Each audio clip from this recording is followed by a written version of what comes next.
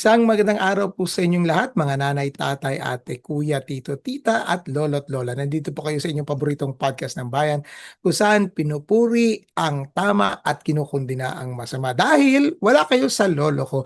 May special edition po tayo mga lolo't lola. Ito ang inyong lolong Romel Lopez.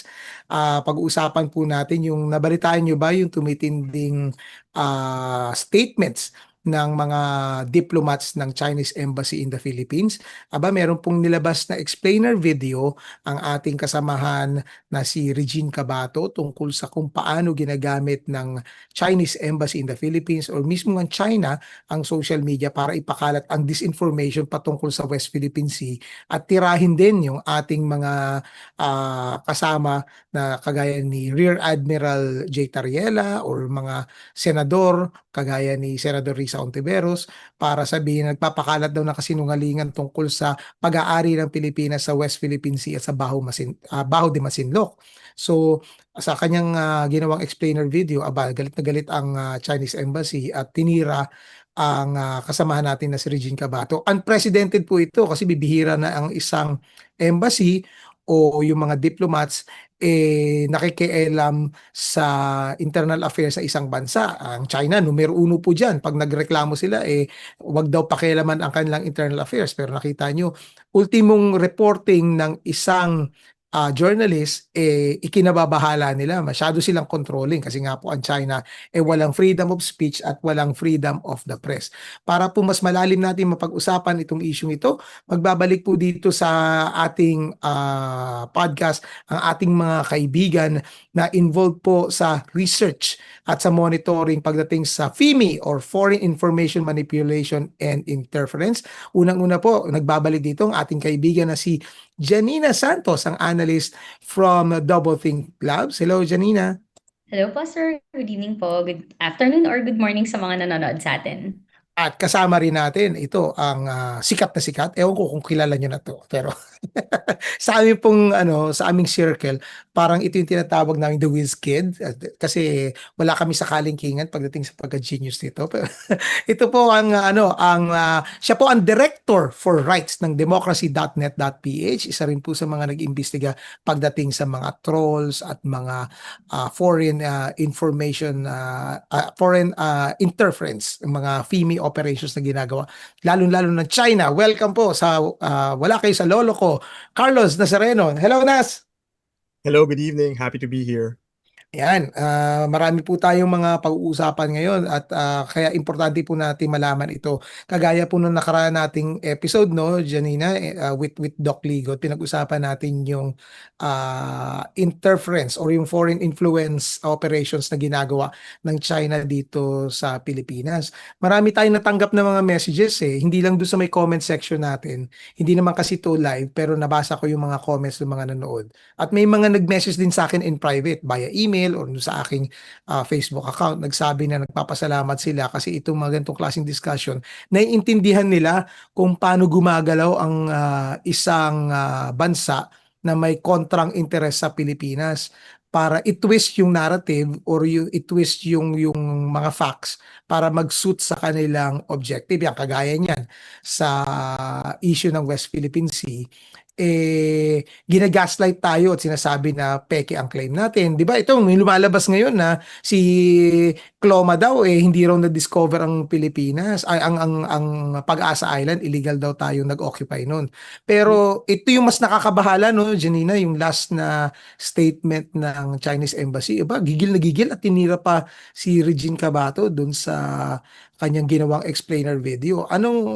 Could you give a brief overview lang para ma-recall ng ating mga manonood or yung hindi pa nakakaalam dun sa pangyayaring yun? Ikwento mo lang sa atin ano yung explainer video ni Regine at ano yung reaction ng Chinese Embassy in the Philippines.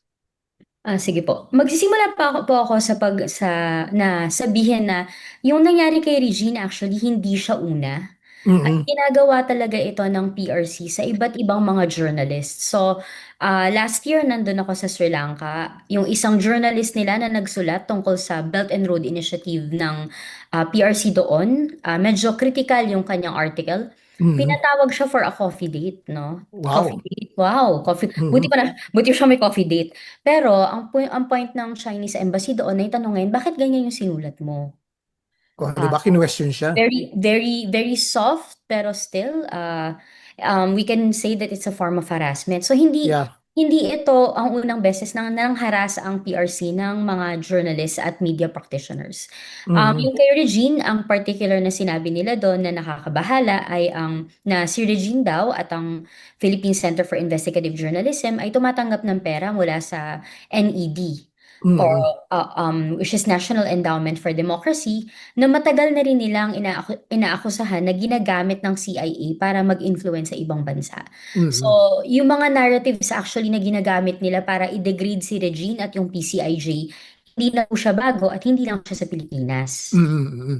Kaya lumalabas yung mga narrative na bayaran ng CIA. Kaya, In fact, ako na-accuse ako yan, bayaran daw ako ng CIA. So, naisip ko parang ba't hindi sana ko pa all. natatanggap hindi ko pa nga natatanggap yung bayad, bayaran na ako, 'di ba? At saka Sana CIA. po ang dolyar. Oo nga eh. Inaantay-antay ko yun eh. Pero naalala ko rin yun, nabanggit ni Christina Chi, yung ating kaibigan sa Philstar.com. Pinatawag din siya for coffee Mm-mm. ng Chinese Embassy in the Philippines because nga doon sa mga investigative reports niya. Nas, itong mga ganitong klasing soft diplomacy ng Chinese Embassy sa grupo niyo sa democracy.net.ph of course nakakabahala ito, no, pero meron ba kayong mga recommendations na ibinigay sa ating mga other civil society groups and even sa government para mai-address to? Um, Hindi pa kami nakapag-interface ng diretso sa Chinese Embassy. Mm. So, I'm not really qualified to talk about this part. Mm. Pero 'di ba na pag-uusapan 'yan sa ginagawang investigasyon sa Kongreso ngayon pagdating sa Mhm, mhm. disinformation. So ano yung mga recommendations na ibigay niyo doon? Kailangan ng whole of society approach, kailangan Mhm. ng media information literacy, Yeah. kailangan ng awareness tungkol sa foreign information manipulation and interference. So, Mm. ipasok yun sa media information literacy programs ng mga kabataan pa lang. Mm. Tapos may suggestion rin yung iba na ituro, may growing suggestion yun na ituro yung tungkol sa West Philippine Sea na atin to. Right. Mm. Pero nakita ko nga yung post ni Janina, pinag-uusapan namin 'to, na tinanggal yung MIL sa senior Mm. high. Dun nga sa MIL dapat naka-embed yung lessons not only sa FIMI but also sa disinformation kasi nga media and information literacy, kailangan maintindihan natin paano ba napoproduce yung information na pinapakalat sa social media at sa mass media. So, napag-usapan na rin ba 'to sa Kongreso kung ano 'tong ni-revise kasi ng DepEd ang curriculum eh. So, paano 'to mapag-uusapan kung sa loob ng classroom wala na talaga yung media and information literacy as a separate subject or course? Well, sa akin kailangan sa labas rin ng classroom tinuturo yan, eh, pati sa mga Mm. pamilya. Mm. Kasi malaki ang concentration, yung focus ng media information literacy sa mga estudyante. Right. Problema, pati yung mga teacher kailangan turuan, pati yung mga magulang, yung mga lolo-lola, yung mga Yeah. out of school youth. So kailangan ng programa ng gobyerno para maabot lahat 'to hindi lang sa classroom. Mm. Before ko ibalik yung tanong kay Janina, no, may na-mention ka kanina, Nas, before tayo nag-start. Sabi mo na yung nanay mo kailangan makawala sa Yes. sa disinformation bubble ng YouTube. Sa mga lolo't lola po natin, meron tayong mga kaibigan na OFW na nanonood. Sila rin nagsasabi na ang problema kasi ang social media na dahil nga may algorithmic bias, so kung ano lang parati mong gusto na topic, yun lang yung lalabas sa sa feed mo o kahit sa YouTube. So ano yung difference kapag ka ikaw ay nakaka-access na information, for example, sa cable TV na nandun na lahat yung mga channels, whether you like it or not, di ba? Kumpara sa YouTube. Ito kasi yun, 'pag nanood ka ng cable, may mga traditional journalist diyan na Mm. vine-vet nila lahat ng mga sinusulat nila o yung mga inuulat nila. Mm.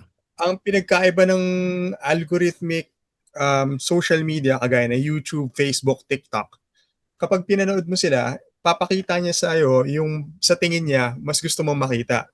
Mm. So pag may pinanood ka, papakitain ka ng mas maraming ganun. Mm. Tapos iikot ng iikot yun hangga't puro ganun na lang yung papanoorin mo.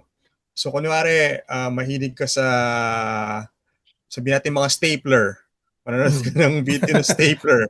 Or mga pusa, Papakita ganon. mga pusa, papakitaan ka ng maraming pusa. Oo. Hanggang hanggang ma-radicalize ka na tungkol sa pusa. Pero Oo nga.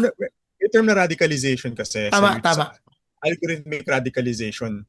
Yun yung nangyayari kapag na masyado kang naipit at napunta, parang funnel ka, Mm. napunta ka Dinidirect tungkol ka sa, na lang doon parati sa narrative na yun eh. sa narratives na yun. Wala kang nakikitang ibang perspectives para makontra Mhm. yung narrative na yun.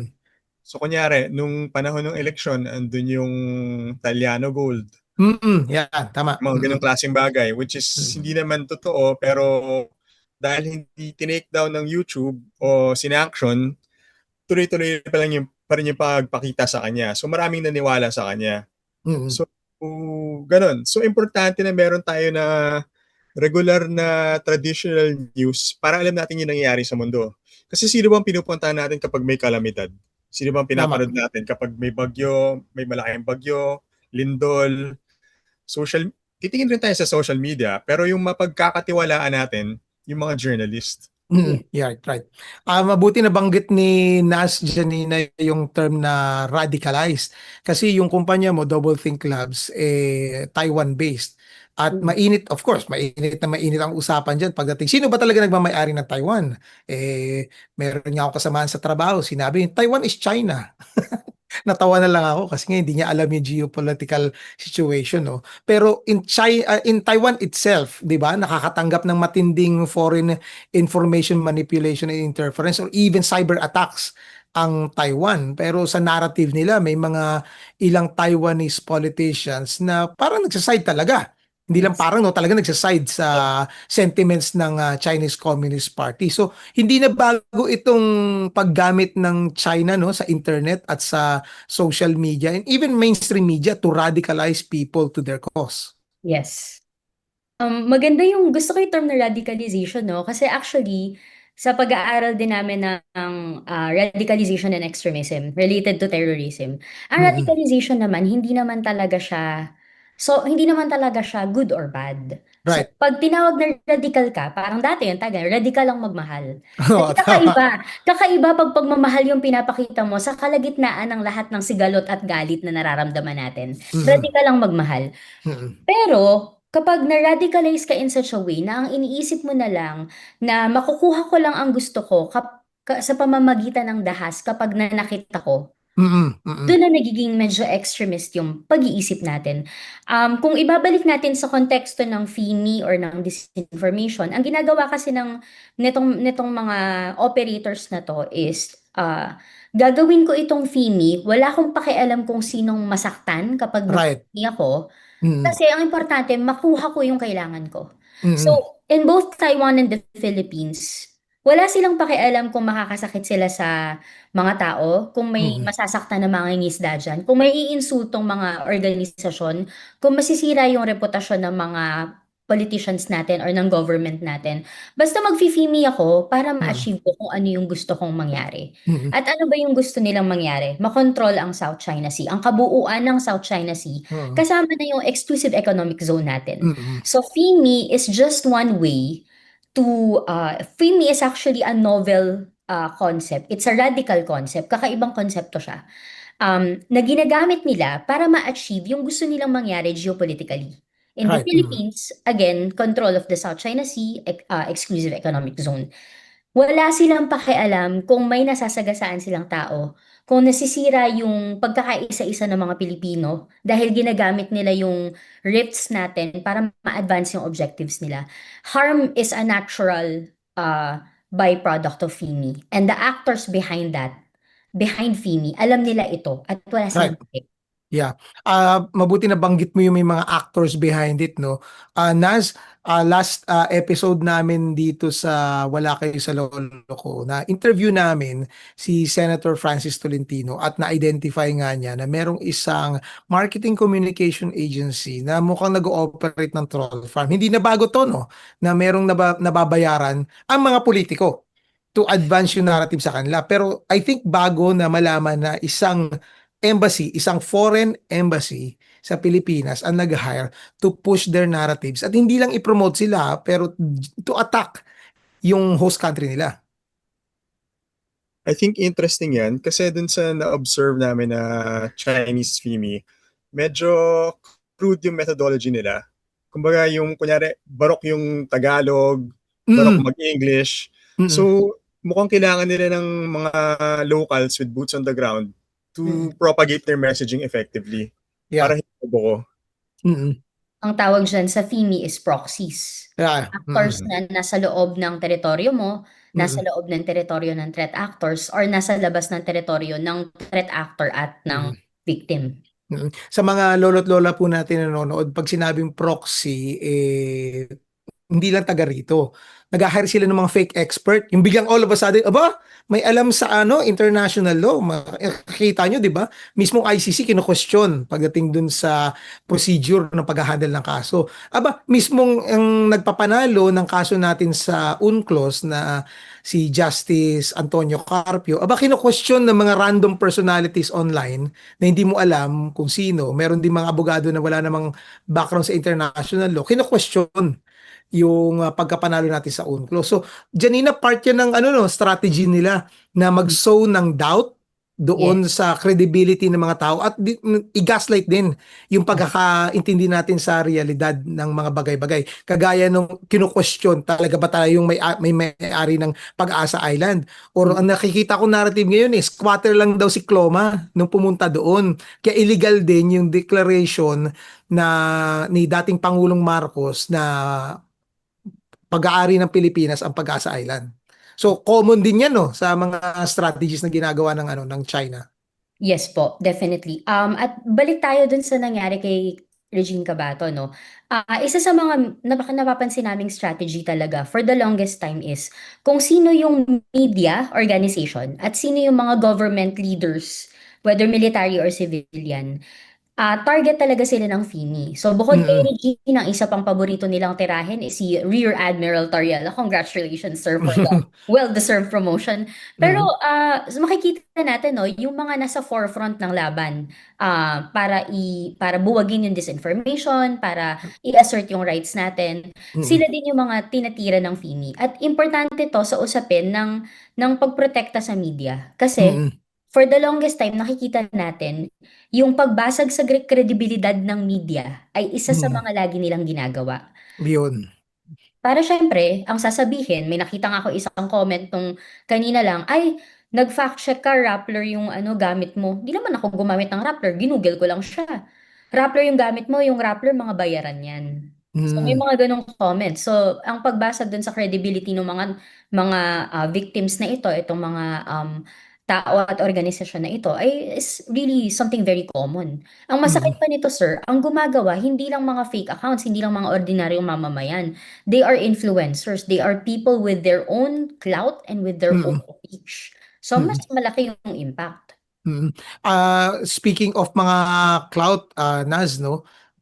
Itong pag-atake ng China sa PCIJ is parang dahil nga boosted to ng algorithm ng social media companies. Pero I think you had an experience too dialoguing with Meta and Google to address yung mga ganitong classic issues. Ano naging resulta ng mga dialogue nyo doon sa kanila sa pag-control ng disinformation or even yung mga attacks against the media? We didn't really dialogue with them on those issues. Yung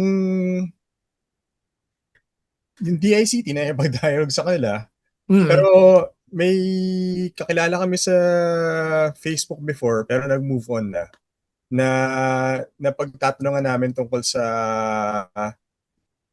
disinformation, ganun. Mm. Mm. Pero para sa kanila feel nila meron na silang ginagawa pero alam naman natin ah, Kulang pa. kulang na Kulang pa. kulang yun. Kasi parang nabuboost pa lalo no? Sa observation mo, Nas, ganun, lalong na-amplify itong mga ganitong klaseng influencers na alam naman natin, ito, sasabihin ko na, no, mga kagaya ni Jay Sonsa, ni Sasasot, ilang beses nang na-identify yan, na-flag yung mga content nila. for false information. Pero bakit hanggang ngayon pag nagpo-post sila lalong ang lakas lumalabas. Hindi ko sila fina-follow, lumalabas sa feed ko. Dahil ba pinag-aaralan ko yung China, so ibig sabihin anything about China i-offer sa akin ng Facebook? Posible. Gaya before, na-mention ko sa'yo, may lumalabas na Chinese stuff sa feed mo dahil nag-engage ka sa Chinese Embassy Facebook page. Sa Facebook page, oo. Mhm. Actually, Ngayon- before nun, di ba sabi ko nga sa'yo, before nun, hindi ko sila fina-follow. So, Mhm. lumabas. Doon ko sila in-engage. Pero by the mere fact na bakit lumabas at in-offer sa akin ng Facebook, is something really troubling. Pero tayo, nag-uusap tayo dito, alam natin kung paano gumagana ang Facebook. Ano yung mabibigay mong payo, lalo na sa marami tayong viewers na OFW Sila rin nagsasabi ano nangyayari sa Pilipinas? Ba't ganito? Parang sinusuko na natin ang ang ari-arian natin, di ba? Parang baliwala na yung huling salita ng lupang hinirang na ang mamatay ng dahil sa'yo. Kasi ganun lang ka-easy. So ako, ang ginagawa ko, lagi kong inaalala na binabantayan ako ng algorithm. Bale, parang may nakabantay na robot sa'yo na ginagamit ka. Yan ang algorithmic social media, kagaya na YouTube, Facebook, TikTok. So, itong mga kumpanyang ito, gumagawa sila ng virtual model mo, ng parang clone mo na digital. Tapos yung digital clone na yun, pag-eksperimentohan nila para bentahan ka ng mga bagay. So, kumbaga, may form of mind manipulation in a way. Right. So, nasi-shape yung kung anong pinapanood mo, papakita ka ng mga mas maraming ganun. Kung anong kiniklik mo, kung anong nililike mo, nakabantay sila sa bawat sinusulat mo, bawat kiniklik mo, bawat pinapanood mo. Tapos, mag-a-adjust sila ng model nila based doon. So, kailangan siguraduhin, kumbaga, kailangan conscious ka na may nagbabantay at nagmimanipula sa'yo na robot. So, pag nagkiklik ka, mag-click ka ng iba-ibang bagay para mas diversified yung mga nakikita mo sa Facebook at sa YouTube at sa TikTok. Ibig sabihin, parang lilituhin mo yung yung robot. Kung Parang ano pa talaga yung lilituhin mo gusto yung mo. robot. Bale, yun. So, yan ang kasama sa media information literacy na kailangan natin ituro sa Right. mga kababayan natin. Tama yung sinabi mo, hindi lang dapat sa loob ng classroom ang media information literacy Yun. Janina, sa experience mo sa FEMI activities ng China, ano yung mas nagiging effective? Kasi pinag-usapan natin dito ngayon yung advice ni Nas para sa better media and information literacy, lalong-lalo na mga kababayan natin, wala namang cable TV, di ba? Kung may cable TV man sila, yun lang available na mga news network doon sa bansa kung saan sila nakabase. Pero kung sa naman sa issue naman ng ng social media lang ang kanilang sinusundan. So paano natin mabibigyan ng advice yung ating mga kababayan kung ang tanging source of information nila, ang choice nila is within social media lang? Medyo mahirap po ito kasi for one thing, kung sa perspective kasi ng dalawa yan no, tayo kasi ang mindset pa ng mga Pilipino disinformation pa. Ibig sabihin, it's just a matter of true or false. Totoo ba na sa atin ang Scarborough Shoal? Totoo ba na sinabi ni Senator Marcoleta na ganun ganyan ganito? And it's easy to answer. It's just a yes or no. Di ba? Kung totoo o hindi. Pagdating kasi sa FEMI, hindi lang siya tungkol sa totoo o hindi. Right. Tinatawag tayong information manipulation. So, pwedeng gawing yung katotohanan, ititwist mo lang siya ng konti, babaguhin mo yung framing, tapos FEMI siya. So, hindi na lang siya totoo o hindi. So, may maraming mga strategies na pwede nating response dito. The first one is, wag nating i-let go yung fact-checking, pero tanggapin natin na hindi lang fact-checking ang pwedeng maging sagot sa FEMI. Right. Napaka-importante nun. Tapos ito sir, itong ginagawa natin na ano ba yung FEMI? Kailangan ibaba natin yung diskurso sa lengguwahe na naiintindihan ng lahat. So, Mm. hindi na lang dapat 'to pang-matalino, dapat yung mga ordinaryong mamamayan na tunay ko na tulad ko, naintindihan ko kung ano yung sinasabi niyo. Right. Importante yun, kasi kapag hindi nila naiintindihan kung ano yung kalaban, hindi nila mapoprotektahan yung sarili nila. So, Mm. napakaimportante ng mga ganitong forums na ginagawa nating very understandable yung what seems to be a very complex and, difficult concept to understand. Right, right. Napakaimportante po. Kailangan po, lumabas yung balita na tatanggalin ang media information literacy. Mm. Kailangan magkaroon ng batas at isama sa batas na i-institutionalize ang MIL sa kahit anong anti-false information bill na isusulong. Kasi Right, ang batas ay hindi lamang pangparusa, ang batas din ay dapat empowering, kung right, right. saan nagbibigay ito ng framework at nagbibigay ng resources para sa mga mas effective na strategies katulad ng MIL. Kapag Mm. binatas natin yan, wala silang magagawa. Kailangan Correct, nilang correct. i-implement. Right. Mm. Kahit anong sabihin ng DepEd, kailangan nilang i-implement. So, kailangan po maging gabay sa atin yung international community din kung paano nila hinaharap ang FIMI, pero Mm. i-contextualize natin sa kung ano ba yung kulturang Pilipino at Right. paano siya gagana sa kontekstong Pilipino. Mm. Nas, may dadagdag ka rito? Balik lang ako sa sinabi ko kanina. Yeah, go, go. Dapat bantayan natin kung ano yung ating information diet. Kumbaga, Yun. watch what we watch what we read, watch what we listen Mm. to. Mm. Kasi garbage in, garbage out. Kung Tama. kinakain natin puro maraming basura or junk food, magiging junk din yung utak natin. Right. So para maging mas critical thinking tayo, medyo maging ano yung term doon? Mapanuri. Mapanuri tayo sa Yun. ating mga kinakain sa internet at sa social media. Right. Mm. Actually, mabuti na banggit mo yung information diet na yan, Nas, no? Kasi one time I had a discussion with my children. Nanonood sila yung mga streamers. I had nothing against streamers, pero sinabi ko kagad sa mga anak ko, so pinapanood nyo yung streamer habang naglalaro siya ng game. Natutuwa kayo. Tapos sabi ko sa kanila, alam nyo ba yung ginagawa nila? Kumikita sila just for playing games. Kumikita sila just for playing games at ikaw nanonood ka lang. Did that video improve your life? Sabi ko sa kanila. Ano nadagdag niyan sa inyo? Mm. Sabi ko. So napaisip kagad yung anak ko babae. Sabi ko, kumikita yan sila for what? Naglalaro sila tapos sila yumayaman, ikaw. Yumayaman ka ba sa ginagawa mo? Ginanong ko sila. In the same way, tama yung sinabi mo, Nas, garbage in, garbage out. Di ba? You are what you eat. Di ba? So you are what you also view and consume online. So siguro dito, I think aware din, sabi mo nga Janine, aware itong mga actors na ito sa ginagawa nila. Kasi yung intention lang talaga nila is whatever it takes. The end does not the end always justifies the means. Para sa kahit illegal, kahit immoral, ipapakalat nila yung mga kasinungalingan. 'Di ba? Nakita niyo naman siguro 'yun, Nas, no? Ito napag-diskusyonan natin 'to, 'di ba? Yung picture nung dalawang pamilya ng EJK victims Yung doon tatlong babae. sa o 'di ba yung tatlong babae na biglang nagkaroon ng mga mamahaling bag. It Yeah. turns out yung isa pala doon sa picture nanay ng pinsan ng kabatch ko in high school. At mahirap 'yun. Mhm.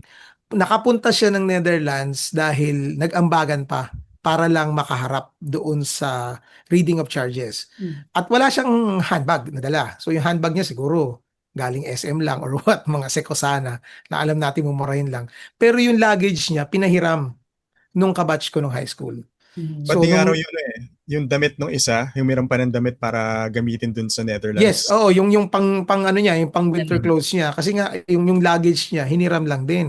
So, ang sabi raw nung tiyahin niya, hindi ko nga alam na kung ano yung brand na yun. I think LV yun, Louis Vuitton. So, hindi Yeah. talaga siya aware sa mga ganong klaseng mga bagay. So, kita natin na yung nagpakalat nun, si Cathy Binag, wala kang narinig na sorry man lang Wala. sa ginawa niya, di ba? Tinake down niya lang yung post, dinidelete niya Nag-delete lang. na ng post, pati yung isang letter S. Mm-mm. Nag-delete din ng post. Sino S yan? Sasot? Parang si Sasot. O, di ba? Ay, totoo, Napaka-unapologetic ay, si eh. So, malupit dyan, Hindi, nagpa-prayer, ang meron naman sila, nag-post naman sila about kay Lord after. yun, nag-post ng prayers tungkol kay Lord. Oo, Lord. Bigyan, Pakasanto. kumbaga parang after mong gumawa ng kalokohan, humingi. Actually, Nakarumal-dumal. Oo. actually, karumal-dumal. Hindi nga humingi ng tawad eh. Humingi Wala. ng prayer for protection. Parang ikaw pa yung humingi ng protection. Alam niyo po, ang tawag ko dyan eh, wag magmukhang biktima kung mukha ka namang suspect. Mm. Okay? Lalo na yung pag yung itsura mo, eh, ikaw yung suspect, wag kang pa-victim. Kasi sila na, again po, no, bakit nagkakataon? Ito, magandang tanong sa inyong dalawa to, Janina, Nas. Matagal nyo nang binabantayan yung mga online discourse. Bakit nagkakataon na ang mga influencers at social media content creators or even ordinary netizens, bakit nagkakataon na kung pro Duterte sila, eh sila rin yung numero unong parating pro-China at nagpapakala din parati ng disinformation. Ladies first, una ka muna dyan. Actually yung phenomenon na yan, bago pa ako pumasok ng Doublethink, na napansin na yan ng mga Mm. local journalists natin, ng mga matitikas at mga magagaling na local journalists. Nakita nila noon na before yung election kung saan nanalo ang Uniteam, nakita nila nung una yung mga pro-China influencers and pages, nag-overlap siya sa pro-Duterte pages Mm. and influencers. Tapos, nung nagkaroon ng Uniteam, nadagdag sa kanila yung mga pro-Marcos pages Mm. and influencers. Ngayon, ayan, okay, kasi ang pronouncement din naman ni BBM noon ay susundan niya ang legacy ng kung paano tayo makipagdiskurso sa China. Kung ano yung strategiya ni former President Duterte. Ngayon, after nilang manalo, in the verge of the breakup, ang isang ginawa ni Marcos Jr. is pumivot back to the US. America. Mm. America, they did not like that. So ngayon, nakikita din online na dahan-dahang naghihiwalay yung mga pro-Marcos influencers and pro-Marcos group dun sa mga Duterte and mga pro-China group. Pero hanggang ngayon, ang consistent na napapansin natin is pro-China, pro-Duterte. Ang Mm. iniisip ko dyan, number one, kasi they could be pro-China because they are pro-Duterte. Okay. Ibig sabihin, nahahatak sila ng, sorry for the word, devotion nila kay former president. Mm. Kaya yung content nila, nagsuskew na rin sa pro-China. Mm. Na at I guess Nas can talk about yung sa PCIG thing na na-observe din. Pero yun, hanggang sa lahat ng investigation na ginawa namin dito sa Philippines, and we've already had several investigations, nakita namin na ganun talaga yung pattern, laging may overlap. Sa Twitter nga, mas malaki pa siya. Mm. Pag pro-China ka, you're pro-Duterte, you're anti-America, pero there was a time that they were pro-Trump. Okay. So, very interesting yung mga ganong overlap. Wala naman tayong sinasabing ibig sabihin nun. Ang sinasabi lang natin, yun yung observation. Right. Mm. Nas? Synergistic yung nakikita ko sa kanila eh. So, yung pagka pro-Duterte, pro-China, parang may push rin from China aside from the pull from the Duterte crowd. Yeah. Kasi noong 2020, may ginawang investigation yung network analysis firm, pangalan Graphica. May tinawag silang Operation Navel Gazing, kung saan may mga Facebook account na based sa Fujian province sa China na nagpapanggap na Pilipino. Tapos tinutulak nila si Vice President Sara, no, hindi pa siya Vice President ba siya? Hindi pa, no, 2020. Hindi pa. Mayor pa siya noon. Tapos si Senator Amy Marcos, pinupush na tandem for President, Vice President, parang ganun. So may push talaga for China, for the Dutertes. Kasi advantageous sa kanila nung nakaupo si former president eh. Maganda yung relationship nila eh. Right. So yung balik ko rin sa may accusations sa may PCIJ kasi yung accusations ng Chinese embassy, and nabasa ko na rin ito. So anyone na nakakatanggap ng pera mula Amerika, USAID pa man yan, National Endowment for Democracy, bayaran ng US at dinidiktahan ng US yung narrative na isusulat nila or ibabahagi nila. So, kung nakakatanggap ba ang isang media organization or influencer from China, can we say the same thing? Di naman siguro. Kasi depende yan kung independent ka sa funding mo eh. Kung Right. independent yung galaw mo. Mm-mm. Kasi kunyari, nung former administration, I think yung PTV4, Right. binigyan ng funding ng China, I think equipment. Mm-mm. Tapos may Mm-mm. mga journalist pa na dinala for training sa China. Right, oo. Mhm. Pero hindi naman lahat ng mga journalist na yun, nirepeat Yes. yung narrative ng China. Mhm. So, may attempt talaga yung China to control the narrative by influencing media organizations. At naging madali talaga yun during the time ni former President Duterte kasi meron nga silang mga tinatawag na content sharing agreement kung Right. saan yung mga content ng state media na nagiging vehicle ng propaganda ng gobyerno nila, ng PRC, is pinapakita sa local channels. But unlike kasi sa ibang bansa, say, BBC or yung official TV station ng ng Japan, NHK. NHK. NHK, saan pa ba? Russia Today, yung mga pag pinag-compare kasi natin yung state media ng Pilipinas sa state media ng ibang bansa, konti lang talaga yung influence ng state media natin. But Tama. at the same time, these narratives, the pro-China narratives are bleeding into traditional media. Mm-mm. So, lumalabas yung mga narratives na ito at kine-carry ito ng mga traditional media na magaganda yung pangalan. So, Mm. that's another extension nung FEME operations nila. Kumbaga ang ginagawa ng China kung nabanggit mo kanina Nas na whole of society approach, ang ginagawa ng China, nag-whole of society na rin sila eh. Kasi Yes. hindi lang social media, mainstream media, at malay natin, di ba? Kasi meron tayong Alice Go. Maaaring on the ground, nandyan na rin yan sila. Tapos nakikita din natin na meron silang mga projects na sinusuportahan sa local government level. Yes. So, May gusto actually lang po, ako- sorry, go Naz. Sige May na. gusto lang ako i-point out. So, isa sa ginagawa ng China at ng Russia is pinapalawak nila yung political polarization. Yes. Kumbaga, pinagwawatak-watak talaga nila yung sociedad ng Pilipinas at ng Amerika. Kunyari sa Amerika, may Republicans, Democrats. Tama, oh. Talagang Tumitindi yung away. pinapalawak nila yung away ng mga tao Amerikano. doon, Amerikano. Sa Pilipinas, ginagawa rin nila yun. Mm. Yung Dilawan, Duterte, pro-BBM, Mm. kakamping, kung ano man. Talagang pinagwawatak-watak nila yung Pilipino kasi na-document yun, ginagawa nila sa US yun eh. Gumagawa Tama. sila ng fake accounts na pro or anti, tapos pinamanipula nila yung society. Tapos yung isa pa, na kailangan nating ipatawid sa ating mga manonood, itong ginagawa nila sa atin ay military-grade information warfare. Yun. Kasi Yes. ginamit sa atin yung Cambridge Analytica, yung Cambridge Analytica scandal. Yung parent company nila, SCL Group, ay isang military consultancy. So yung eksperimento na ginawa nila sa mga tao ng social media, military grade yun na information manipulation and cognitive warfare. Yes.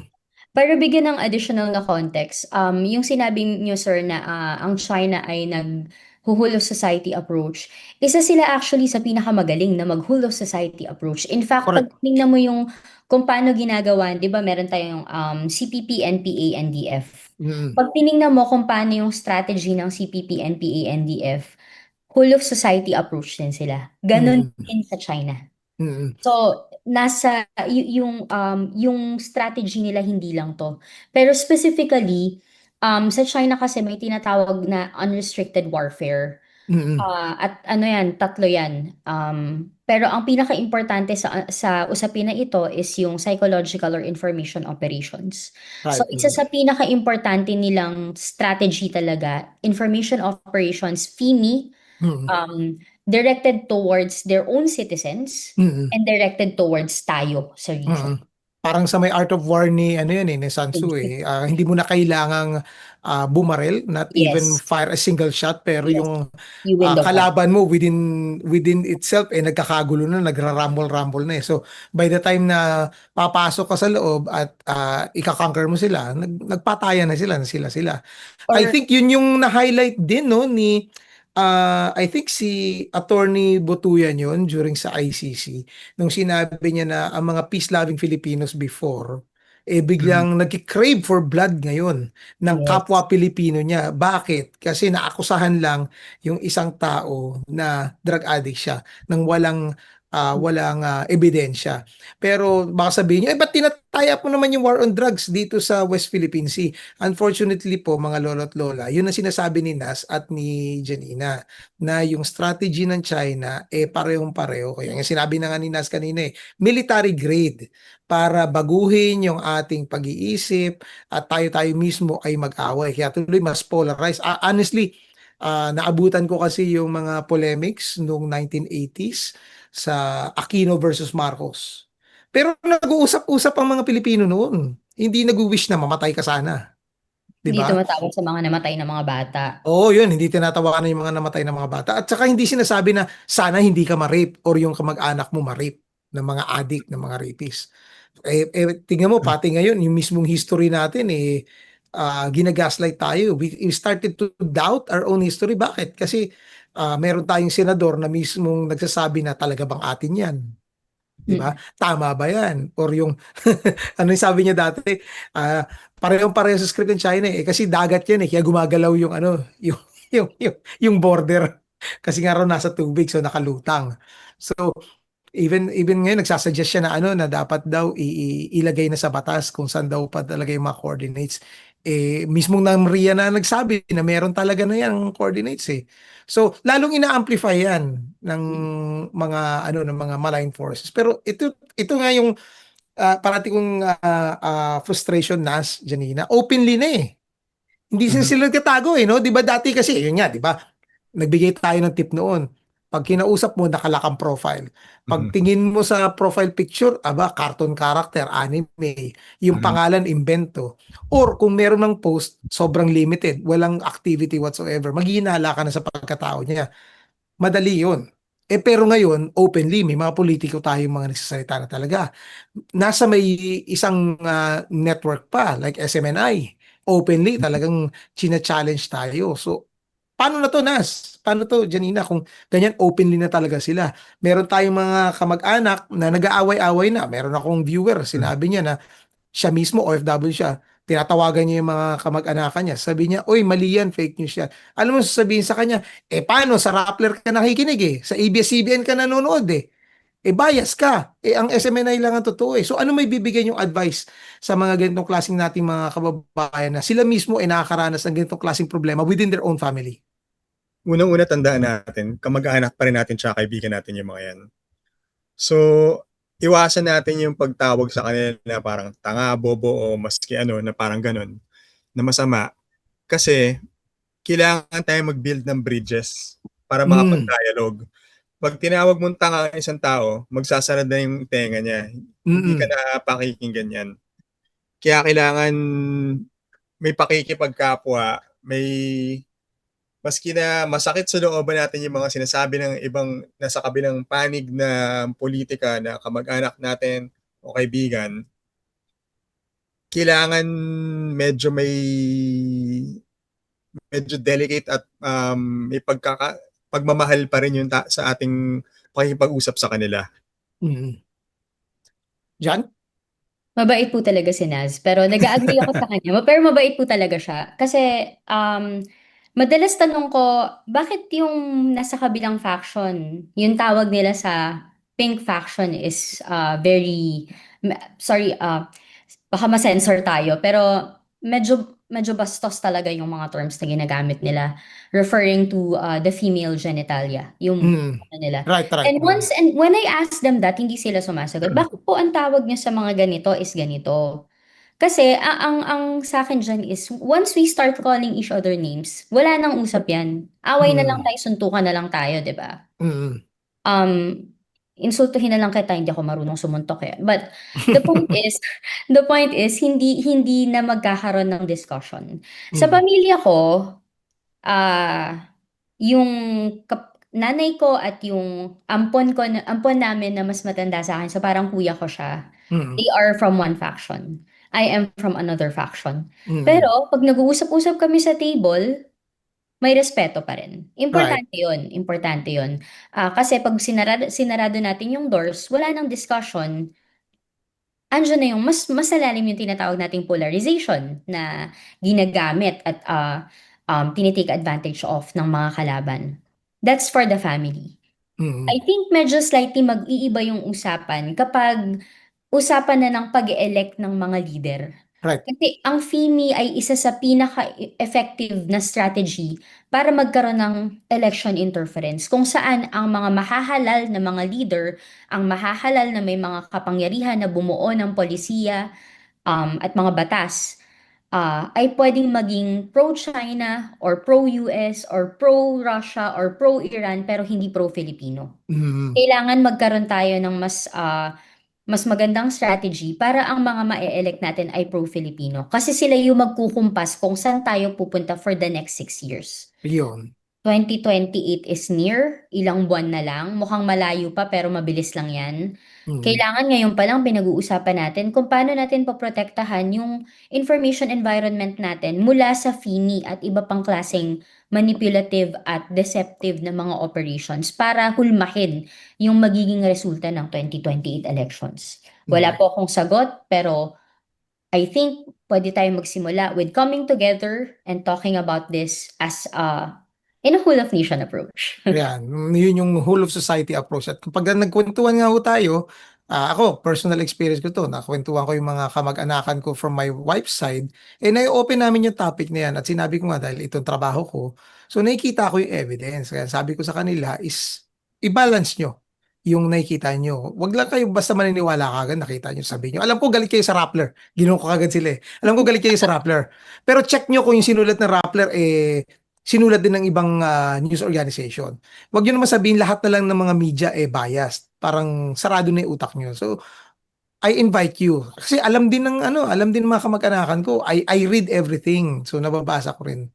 So, yun din po dapat, tignan ninyo kung yung sinusulat ng pinanonood nyo, like yung SMNI, sabi ko, kung sila lang nagsusulat, baka magdadalawang isip na kayo, baka mamaya 'di ba? Imbento lang lahat 'yan. So bilang panghuli, Nas, Janina, sabihin natin sa ating mga manonood kasi nga kayo ay naiimbitahan sa Kongreso para magbigay ng inyong input para i-address ang disinformation sa Pilipinas sa ginagawang anti-disinformation bill. So ano yung nakikita niyong future nitong batas na ito? Ito ba talagang ay makakatulong para mas mapalakas yung ating information ecosystem na hindi tayo makakita ng mga fake news? Or baka gamitin lang ito para kontrolin yung mga against sa gobyerno. So, sinong gustong mauna dito sa atin?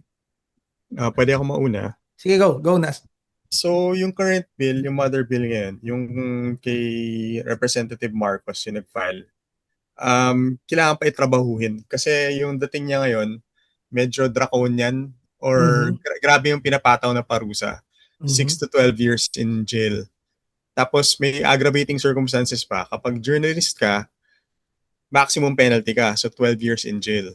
Wow. Mhm. So, kailangan yung focus niya maging mas dun sa mga amplifier. Kasi ngayon ang focus niya is dun sa mga individual na nagkalat ng fake news, baga, or Mhm. disinformation. Mhm. At yung isa pang problema, hindi niya ina-address yung ginagamit ngayon ng information operators na gray zone narratives. Yung ginagamit ngayon kasi hindi mo ma-fact check as true or false. Yung mga Right. tipong tayo ang magiging sunod na Ukraine sa Asia, Tama. gagamitin lang tayong Ukraine shield ng US. Mm. Hindi mo masasabing true or false yan dahil hindi pa nangyayari o hindi natin alam kung mangyayari. Tama. So mga ganong klaseng bagay. Mm. Pero panghuli, gusto ko sabihin, kailangan mag-usap-usap tayo bilang mga kapwa Pilipino. Kasi yan yung layunin ng ating kalaban ay ipagwatak-watak tayo, ipolarize tayo. So kailangan tandaan natin na Pilipino tayong lahat. Lahat tayo nasa isang bangka. At Mm. magkakasama tayo, lulubog o aahon. Mm. Yun. Tama. Thanks Nas. Jan? Maganda po yung intensyon ng Kongreso, no, na magkaroon ng batas para protektahan tayo against disinformation and fake news or false information. Pero kailangan i-consider natin na lahat ng batas na dapat nating isulong, nasa kapuso dapat niya ang ating karapatan. Hmm. So, kailangan balansehin natin yung mga interventions at mga provisions ng batas sa ating fundamental rights. At sa ngayon sa nakikita po namin, hindi pa po tayo umaabot sa ganong klaseng balanse. Hmm. Mabuti po na nakikinig sila sa atin, sa ating mga stakeholders. Sana po ay i-take into consideration nila yung mga suggestions natin. Importante po na ipahatid natin sa kanila kung ano yung kuro-kuro natin at yung mga recommendation natin. Hindi lang bilang mga eksperto sa field na to or even if not expert but as people working in this field, importante po yung input natin, kundi bilang mga Pilipino na either makikinabang or tatamaan ng kung anumang batas yung mapapasa. Gawin po natin yung best natin para palawakin yung awareness tungkol dito at hikayatin po natin ang isa't isa na wag po tayong mapagod na makipag-uusap sa Yan. ating mga mambabatas tungkol sa mga ganitong usapin. Right. Ipaalam niyo po sa inyong mga mambabatas ang inyong mga saloobin sa ganitong issue. At kagaya ng na-advise na ni Janina at ni Nas, ulitin ko po, mas mabuting mag-usap kayo ng harapan ng inyong mga mahal sa buhay. Unahin niyo po yung mga kasama niyo sa bahay. Turuan natin sila kung saan kukuha ng tamang impormasyon at kung meron man nakita, sabi nga ni Lola Flora, wag mahihiyang magtanong. Okay? Tama yan. Kung may right med ba nito, pero iba 'yon ah. Pero pagdating sa mga impormasyon noon, yun yung nakikita kasi mas madali ho magpakalat ng kasinungalingan kaysa ituro ang katotohanan. Kaya pag meron po kayong nararamdaman na totoo kaya ito, wag ho kayong mahiyang magtanong. Kasi napakarami po diyan talaga. Ang intention lang, tandaan niyo po, sinabi nga ni Janine, kung hindi yung sarili nila yung intention nila dahil binabayaran sila para magpakalat ng kasinungalingan, ina-amplify pa nila or pinopromote pa nila yung naratibo ng mga kalaban ng Pilipinas. So, importante po, sit down, 'di ba? Kausapin ninyo yung mga kasama niyo sa bahay at mag-usap kayo ng harap-harapan at tanungin niyo, totoo ba ito? Pinaka-latest nga, Janina, na pinag-usapan namin may tinakbo pa talaga sa St. Luke's. Yun kagad ang sinabi ko, parang wala. Tapos yung sinasabi sa akin nung nagtanong, kasi kumakalat tanong ko kagad, sino nagpapakalat? Exactly. Ginanong ko kagad. So napansin nila, kasi pinag-uusapan ng social media, hindi, sino nagpapakalat? So turns out, yung mga influencers ng isang political side na gusto nang mamatay itong politiko na to Mm-mm. para yung manok nila ang umupo na at pumalit. So sabi ko, tingnan niyo, ilang araw na. Tapos sabi ko, yung sikat na dating doktora pa rin naman siya, na dating opisyal ng NTF-ELCAC, umami na, ay fake news pala. Tingnan mo, after nilang ilang araw na pinakalat yun. Actually, up to now, may nag-message pa sa akin, kaibigan ko, dating direktor ng isang bureau sa isang government agency sa Department of Agriculture. Tinanong ako totoo ba Romel na may tinakbo sa St. Luke's? Sabi ko, wala. Walang nagre-report. Pero syempre, again, di ba, sinasabi nga nila, kasi fake news, ayaw i-report ng mainstream media. May mga ganun ka na narinig yun Pero yun po yun po ang inyong press kagad. Pag hindi ni-report ng mainstream media, yung nga sinabi ni Nas kasi itong mga journalist na to, hindi basta-basta naglalabas ng informasyon. Yung mga kasamahan po natin sa trabaho, pag may narinig na chismis, tignan natin totoo ba. Hindi ibig sabihin may naamoy ka na sunog, talaga may sunog. Malay nyo, posporo lang yun, o kaya kandila lang yun, di ba? Pero ibabalita nyo kagad may sunog. Iba ho yun. Okay? So para po tayo maproteksyonan, ulitin po namin yung payo ni Janina at ni Nas, mag-usap po tayo at humanap po ng tamang source ng information. At lalong-lalo na, tandaan natin, ginagamit po ng China itong sitwasyon natin sa Pilipinas para magkawatak-watak tayo. Okay? Hindi po natin yan ginusto. Tayo po, sabi nga, ng ganda sinabi ni Minas, isang bangka tayo. Di ba? Parang ano, parang Dadon ah. 'Di ba? Wag ho tayo mag-away-away dahil isang bangka tayo. Wag po natin bubutasin itong bangka nito dahil pag lumubog ito, sabay-sabay tayong lulubog. Okay? Isang bansa lang po tayo, mga Pilipino tayo, paglaban natin ang ating bansa. Proteksyonan natin ang ating mga pamilya at mga mahal sa buhay at ang ating minamahal na bayang Pilipinas na kasama ang West Philippine Sea at ang Baho de Masinloc. Ang Palawan po ha, Pilipinas po yan, hindi po yan sa China. Kasi may kumakalat na rin yun, pati raw Palawan, dating China eh. Opo, Naisip ko, opo. grabe naman, lahat na lang, pinipeke. Sabi ko, Umaabot na yata doon yung text ng ano ng Chinese base stations na Oo. oo you're eh. entering Chinese territory. Oo, Ganun. umaabot na rin doon eh. Kaya maging aware po tayo sa ginagawa ng China at wag ho nating susuportahan yung ganyang klaseng kwento. Alam nyo, kahit ulit-ulitin nila, hindi magiging totoo yan kung lalabanan natin. Kasi hindi ho nila talaga makukuha yan sa atin. Kahit ang Baho de Masinloc at ang Pag-asa Island. Kahit na merong senador na magpumilit pa na hindi yan atin. Atin po yan. Okay? Maraming salamat Janina and Nas sa pagsama sa atin dito. Marami pa tayong gagawin na mga ganitong klaseng episodes para ma-educate yung ating mga kababayan. Lalong-lalo na yung mga kababayan nating OFW or yung mga Pilipino na nakatira na sa ibang bansa at gustong malaman yung mga issue ng bayan natin. Lalong na dito kasi itong programa lang natin yung nakatutok dito sa issue ng West Philippine Sea at ng disinformation at FIMI, Foreign Information Manipulation and Interference. Salamat Jan, salamat Nas. Salamat Salamat. po, sir. Thank you very much po. At maraming salamat po sa inyong lahat, mga lolo't lola, sa inyong pagsama sa amin hanggang sa susunod na episode po ng inyong paboritong podcast. Ito po si Romel Lopez at kayo ay nanonood ng Wala Kayo sa Lolo Ko. Bye-bye!